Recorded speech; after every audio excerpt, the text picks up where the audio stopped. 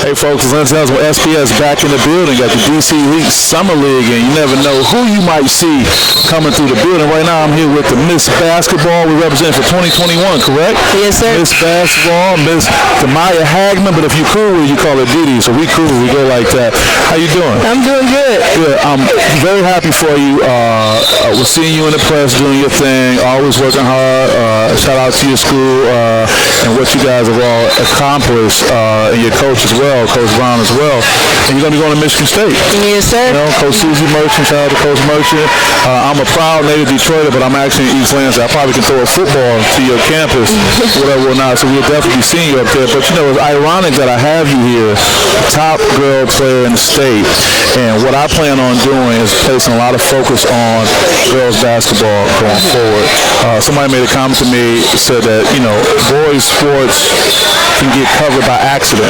Right. You know, so talk about what it's like being the standout, the ambassador for your sport in the state of Michigan. And, you know, do you feel you get the notoriety as a sport overall that you guys deserve?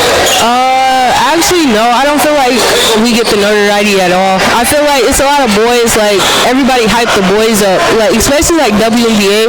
I mean, our college is starting on the rise, but I feel like WNBA is slowly, like, progressing, but it's very, like, slowly progressing. Sure. And, everything with, like, the WNBA, like, the NBA players helping the females get paid more and everything. It's still rising, but it's just slow.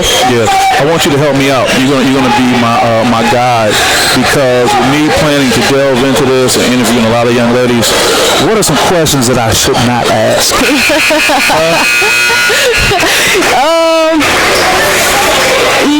I mean, I feel like you should just treat us like one of the guys. Like, interview us just like the guys. Okay. So, because when we look at interviews, it's mostly like guys getting interviewed. Right. So we want to feel the same way. Right. So any questions you ask the guys, you can ask us. I'm telling you right now, today, I'm about to blow these young ladies up. Hey, bring it. If y'all watch this interview, when you get a chance to interview with SPS, I want y'all to represent for the ladies. And I'm a father. I have a daughter. And, of course, I want her to be able to compete in whatever she wants. Let's talk about you as a ball player. Let's talk about your origins of hoops. And I'm going to try to frame this in a way as practice, because I don't think I would ask a guy, when did you start playing basketball? Right. He's kind of automatically assume. But let's just talk about, when did you see your game changing to become an elite ball player? Is that a pretty good question? Yeah, that's pretty good. Okay, Didi says it's good. All right. I would say, like, second grade. Only because, like, growing up, like, my family been playing basketball. My two older sisters play basketball. So I was, like, basically born in the gym. Okay. And then I used to go to the center and play with the boys, like, all the time. But, like, second grade... What center did you go to? Jermaine Jackson Center. Okay. Yeah. And then I got introduced to Jermaine Jackson, and now we're, like, family right now. Yeah. But he used to always make me get up early in the morning, you know, work out with the guys at the beach, run. So he treated you like one of the guys? Yeah. All right, shout out to JJ. Yeah. So, like, just growing up with the boys and everything, my game just started progressing, and I feel like that's how, like, I play today. Like, I play like I'm playing against the boys. Right. Yeah. Right. That's good. You know, what do you say to a young lady who feels her game is good and can compete, and she's just caught between being regular or saying, hey, I can really go for it, but may have a confidence issue? I feel like you just have to have confidence, for real. Like, honestly, like, me, I didn't think I was that good because I played against the boys. But when I actually stepped in front of the girls, I was killer. Like, actually, like, killer. Everybody thought I was, like, the best thing out there. Yeah. So I just you're saying play with the boys? Yeah, actually, because they make you go harder. The pace is faster. It's more aggressive. And, like, I feel like that's how my IQ is so smart. Like, that's what people know me as on the court, is because of my IQ and my vision.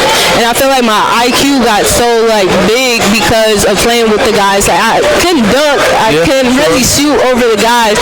So I had to, like, pass, and I had to find, like, the open way to pass. So you're saying that when there's physical attributes that the guys have, their size and things like that, and their physicality, you can still find a way with, you know, being a solid basketball player, passes and things like that. Right. I get it. You're going to be going up to I-96. I can tell you how long that drive miles takes from the city. It's an hour. I live there now. You know, proud Detroit, like I said. What drew you to Michigan State of all the places you could have gone? Me and Susie, actually, she gave me an offer 8th grade year. 8th grade going into my 9th grade year. So, like, after that, we became close. We used to talk, like, every week. And then I didn't think I could go far because after the USA trials, when I was up there at the USA trials, I was so homesick because my family wasn't there. And I'm a big family person. So I was like, why not just stay in Michigan? Oh, so you learned the lesson then. Yeah. Like, hey, you know, I could go somewhere else far away, but, you know, being close to family is important. Yeah, and I talked to a lot of, like, college players, and they told me, like, college depression is really real. Like, if you're really, like, homesick, you really get into, like, a depressed state. And I feel like for females, it's different than guys. I don't know why, but I feel like it's different. But I'm a big, like, homebody, and I need to, like, see my parents, like, every weekend, every week, and my sisters. So I feel like I stay at home, and then plus Michigan been so good to me. So I was like, why not put on for my state? Yeah, put on for your whole state. I love that. You know, something you said about Susie offering you, you know, so long ago. Somebody told me a long time ago, you love those that love you. Yeah. You know, and that support is big. And there's one other thing I definitely want to touch on, and you touched on, you talked about college depression. Let's talk about mental health in general. And I'm doing some research in the coming weeks about social media and the impact that it has on athlete performance. And in your case, particularly from a gender standpoint, talk about the positive and negatives of social media. And if someone's struggling with it, what would you suggest that can help them with that? I feel like the positive impact is, like, say you post a video, like, it goes viral. Like, people think, like, college coaches really don't look at, like, at social media posts or, like, all that, but to me, they actually do. Because, like, even in, like, conversations talking to, like, coaches, they be like, oh, I see that video that you posted. Like, I feel like that really has, like, a big impact. But the negative part is, like, the hate.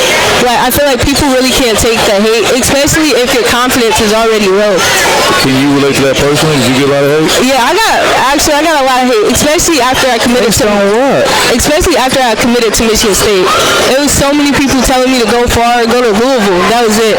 Everybody thought I was going to Louisville, but I stayed true to myself because, like, you're not in my position to, like, even, like, say anything. Yeah, but also too, if your college choice was a reason for someone to hate, they was laying to hate anyway. Right. Wow. Were you surprised with the feedback that you got after you made your decision? No, I kind of, like, knew anywhere I would, like, go, it would be hate. Like, if I didn't stay in Michigan, I know all the Michigan folks would have been like, oh, why you didn't stay in Michigan, all that. But if I went far, or if I, like, stayed, you know, other schools, other, like, places, other states, still hating. So I knew it was going to come, but my parents always told me to stay true to myself, and I was 100% sure with my decision, so I really didn't care. I love that. I'm going to let you get out of here, but the last thing I want to ask you, I mean, let's not downplay what you achieved. I mean, you are part of a very small sorority in the sense that being Miss Basketball for the state of Michigan Right. 2021. What can you say in that role, because there will never be another one like you. You are that. What can you say to those who are watching us in that official capacity, not as this DD, not as a Michigan State, commit, someone's going there, but just as Miss Basketball for 2021, what can you say to people that you think you would want them to remember that can help them going forward? Going forward, I would say, like, network, honestly. Network play a big role. Like, you can't be rude to everybody. Like, and she was very nice to me when I grabbed her. I was like, are you? She was like, yeah, let me go handle something. I get back when she was real cool about it. Yeah, I feel like you can't be rude to people because, like, you don't know who is who. And that's how you gotta go around. And I feel like even, like, the tense games that I played, like, I never disrespect any other coach. Like, even though I got disrespected by coaches, I still never disrespect because the high school coaches, that's who really votes for, like, Miss Basketball and all those things. So I feel like you can't really be rude, especially, like, if you're playing, like, AAU and, like, somebody comes up and all that. I feel like you just have to be a, like, nice, genuine person because I feel like that's how I became the Jordan Ball Classic and the All-American. So I just feel like you have to like treat people the way you want to be treated. Like even if they treat you so bad, like you still have to be genuine within yourself because it's not just in that moment, but it's gonna take you further. Wow, that's some great advice going forward from Damiya Hagemann. Miss Dee, headed to Michigan State.